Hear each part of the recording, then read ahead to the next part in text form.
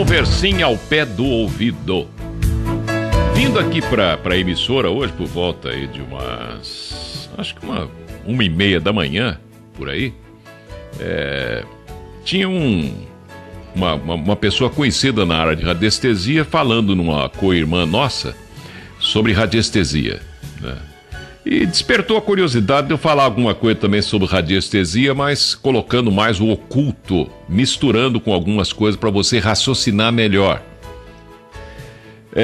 Radioestesia ou radiestesia? O que significa isso, afinal de contas? A gente tem que ir num dicionário, porque o dicionarista é uma pessoa que se presume seja também um filólogo ou amigo da língua, amigo das palavras, né, do sentido das palavras, da origem das palavras. E tem uma origem até interessante, bonita, ó. Rádio significa raio, radiação. Gerou-se a ideia de rádio com radioatividade e estação de rádio, Rádio Bandeirantes, por exemplo, né? Mas por causa da Madame Curie e o Pierre Curie, o marido dela, os dois cientistas que descobriram um metal radioativo ao qual deram o nome de rádio. Então daí radioatividade. Mas também rádio significa ondas de rádio. Essas ondas de rádio podem ser ondas curtas, médias, tropicais, aquela coisa toda que a gente conhece no rádio. Ou podem ser micro-ondas, isso do frequência modulada, das rádios de FM. E tem ondas ultra curtas, que também são ondas de rádio. Então você tem ondas ultra curtas na telefonia, por exemplo, celular, etc. E tem ondas mais curtas ainda, mas tudo é onda. O universo é cheio de onda. A luz, ela caminha ondulando. O pensamento nosso caminha ondulando num plano mental, ó. Então tem tudo a ver com radioemissão, ou emissão de raios, ou de energia. Agora a palavra estesia, para dar radioestesia ou radiestesia, estesia significa, segundo o Aurélio Eletrônico ainda, sentimento do belo. Agora eu faço a pergunta a você, um radiestesista, ele vai examinar que tipo de energia tem na sua casa. Ele é especialista nisso, leva equipamento ou não, ou com a própria sensibilidade dele, dá para saber. Então ele leva um equipamento e fala, ó, tem uma energia negativa aqui, tem uma água parada na sua casa, e bem em cima onde está a sua cama de dormir, isso aqui sujeita você a, por reverberação hiperfísica, a possibilidade de você vir adquirir um tumor maligno no futuro, com o tempo. Possibilidade, por causa da radiação energética negativa desse lugar. Como o radiestesista fica procurando radiações negativas para corrigi-las, né, se possível, ou alertar as pessoas para os seus malefícios, ficou a ideia de que radiestesia hoje é para detectar o negativo e evitar problemas na vida das pessoas. Não, radiestesia também é para você descobrir o positivo. Então, quando se fala que estesia, radioestesia, é o sentimento do belo, né, do que é belo, eu pergunto a você, o que é mais belo na vida se não a explicação da própria vida, e a vida só encontra explicação nos polos, positivo e negativo, ou bem e mal, ou Melquisedeque, aquilo que eu falo sempre aqui com vocês todos os dias, no Conversinha ao Pé do Ouvido. Isso é belo? Claro que é, o negativo é tão belo quanto o positivo, e daí? A doença é tão bela quanto a saúde. A morte é tão bonita quanto a vida, porque ela não existe, ela é uma transformação constante, como diria Lavoisier, o grande cientista francês. Então, quando a gente fala em radiestesia, emissões de energia positiva e negativa, como se fossem ondas de rádio. Pronto, aí agora deu para entender melhor o que é radioestesia, né? Mas se você procura a própria palavra radiestesia ou radioestesia no Aurélio Eletrônico ainda, você vai descobrir lá que a explicação é sensibilidade às radiações. Então, mas quem tem essa sensibilidade às radiações? Um radioestesista. Como? Através de instrumentos, uma varinha, por exemplo, para descobrir água no lugar, Ou então ele próprio, tão treinado que tem, com os 5 sentidos dele, que ele percebe se o lugar tá bom ou não tá. Mas você também é radiestesista e não sabe. Quando você entra num determinado ambiente e você percebe que tem alguma coisa, você não está gostando daquele ambiente, mas você não tem explicação para aquilo. O que pode estar acontecendo? Uma pessoa pode estar ali dentro emitindo uma energia que está em incompatibilidade com você. Ou você está se incompatibilizando com aquela energia que está sendo gerada por aquela pessoa e que choca com a sua. Ou então, uma determinada pessoa ali dentro, carente de uma determinada energia que você tem e que para ela seria boa se ela tivesse, ela está vampirizando ou sugando a energia sua. Então você começa a abrir a boca, etc, etc. Como você se protege contra isso? Cruzando os braços, né? E cruzando também as pernas. Se você fizer isso, você cruzando os braços e cruzando as pernas, você vai perceber que aquela pessoa que está vampirizando você, ou que está puxando energia sua, mesmo sem saber o que está fazendo, que pode ser uma vovó querida, já idosa, e que devido à idade, né, está precisando de energia jovem, que está dormindo com o netinho num quarto, novinho ainda. É aquela vovó, mesmo sem saber, inconscientemente, ela está tirando um pouco da energia vital daquele netinho que ela adora tanto, mas ela não sabe disso. Se soubesse, ela ia botar o netinho no outro quarto, para evitar que ela tirasse essa energia, porque nós temos uma tendência de tirar do outro aquilo que a gente não tem. Isso reflete no plano físico nosso como o quê? Como os furtos, roubos, né? Ah, fulano tem dinheiro, eu não tenho capacidade para ganhar, então eu tomo dele e pego para mim. E aqueles que já têm bastante continuam metendo a mão também na grana, porque não tem bom senso, não sabem, né? Ignoram as leis cósmicas que regem tudo isso.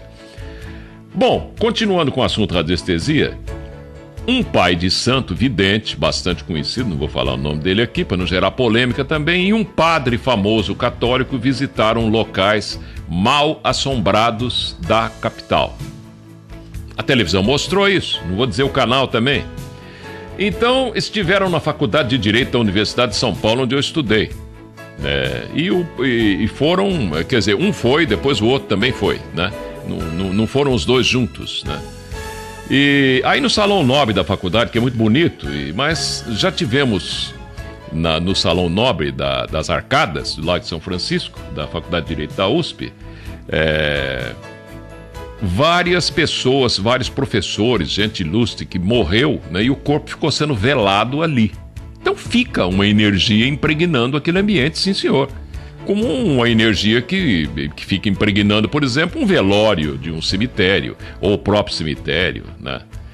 Ou aquela energia que uma pessoa, por exemplo, está doente, ela senta numa cadeira, ela deixa aquela energia dela que é incompatível com a pessoa que está com saúde. Por reverberação hiperfísica, o espírito de uma pessoa que vai sentar numa determinada cadeira avisa para ela, não assente naquela cadeira que está quente ainda, o camarada acabou de sair dali. Então o que acontece? As pessoas buscam uma cadeira fria, onde a última pessoa que sentou faz bom tempo já esfriou a cadeira e tal. Por quê? Porque o espírito nosso é sábio. E uma pessoa consciente, se ela está doente, ela procura evitar de sentar numa cadeira que saiu dali um indivíduo sadio. Por quê? Porque por reverberação hiperfísica, que já comentamos uma vez sobre isso, tá num conversinha de pé de ouvido aí do passado, ao pé do ouvido do passado, você também pode passar energia negativa para essa pessoa. O negócio é bem mais complicado do que parece. Isso tudo tem a ver com radioestesia também. Aí o pai de santo vidente famoso e o padre católico também famoso visitaram o Lago de São Francisco, e um viu desencarnados lá dentro, o outro viu energias negativas. Aí você pode perguntar, o Carvalho, mas quem que está certo ou quem está errado? Os dois estão certos. Os dois estão certos. O que mantém íntegro, preste bem atenção no que eu vou dizer agora, o que mantém íntegro o desencarnado no astral, num outro plano, é o princípio Yin e Yang dos orientais, ou passando para o Ocidente para a gente entender melhor, vamos entrar na química para você poder entender melhor, é o negativo e o positivo.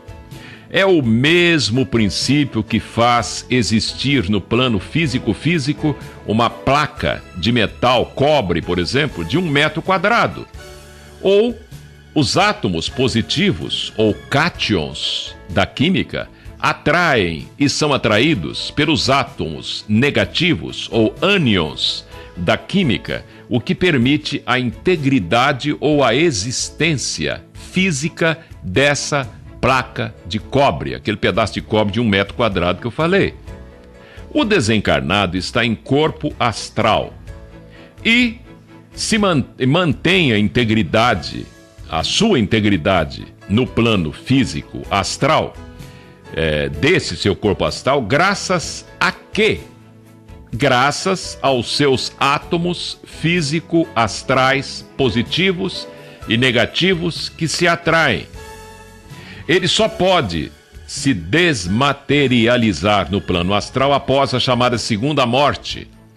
Isso está avisado por todos os grandes mestres esotéricos. O indivíduo só alcança a iluminação após ter uma segunda morte consciente no astral. Aí ele passa por um plano chamado físico, mental, abstrato, que é de onde nós viemos para reencarnar. Bom, então o indivíduo tem que passar por essa segunda morte no astral para que ele seja liberado e se conduzir então ao mental, físico, mental, abstrato, ou de onde ele veio para encarnar no plano físico. Ora, tudo é matéria. A ideia de espírito é muito mal entendida pelo ser humano. Tudo é matéria em todos os planos de manifestação da forma no espaço sob o juízo do tempo. Forma, espaço e tempo são 3 dimensões. Mas essas dimensões também existem outras dimensões de matéria e não só no físico. É que os átomos dos planos mais sutis são diferenciados dos nossos átomos. E para dizer a verdade, não existe átomo em si, partículas subatômicas, existem são elementais vivos, forças da natureza construtoras que se atraem e se repelem. E usando de magia ou do poder da yoga, os grandes Mahashoans, cada um deles é supremo arquiteto num dia da criação, eles criam universos, mesmo os paralelos, os 144 mil universos paralelos, a tradição teosófica, etc. Se tudo não fosse matéria, preste bem atenção no que a gente está dizendo aqui, ó. Se tudo o que se manifesta para a vida não fosse matéria, nós não teríamos energia alguma nos 144 mil universos paralelos da tradição teosófica, como ensina Helena Blavatsky e o professor Henrique José de Souza, que lançou bem mais luzes sobre o assunto, que ela não podia falar o que o professor Henrique José de Souza falou. E mesmo tem coisas que o professor Henrique José de Souza não falou, que agora já é permitido falar. Por isso que a gente fala aqui, porque nós estamos numa mudança de ciclo, né? Nós estamos caminhando pela era de Aquário enquanto está terminando a de Peixes. A era de Aquário é uma era abstrata. O ser humano tem que mudar a cabeça de qualquer jeito, senão ele não vai para frente.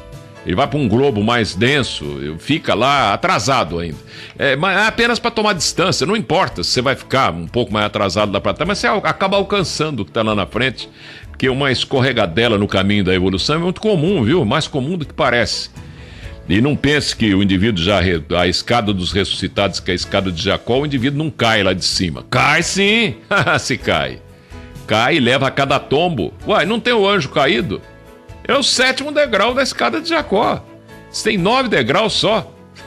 O 8º é o Ishvara, como ensina Blavatsky, o comandante de um sistema, de um universo inteiro, que nesse momento cósmico é o arcanjo Micael. É a sefirote mais importante da Cabala, né? Porque Micael, Samael e Rafael são as 3 pessoas da Santíssima Trindade em cima no plano arquetipal. Eles se repetem embaixo. Aí tem mais 7 sefirotes embaixo, que você pode, usando os nomes da Igreja Católica, e você tem de novo Cassiel, Anael, Cassiel, Anael, Saquiel, Rafael, Rafael, Samael, Gabriel e Micael de novo, aí o 7. 7 mais 3, 10. Pronto, 10 sefirotes. Essa é a explicação.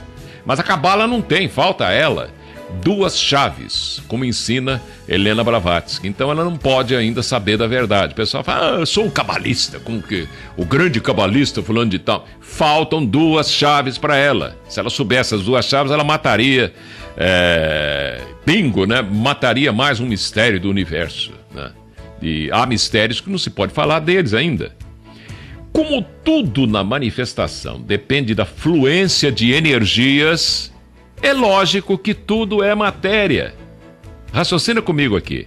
Como tudo na manifestação, em todos os planos de matéria, depende da fluência das energias, porque tudo é jogo energético, é lógico que tudo é matéria, pois segundo a própria ciência, que neste caso deslindou um dos maiores mistérios da vida em todas as dimensões da matéria.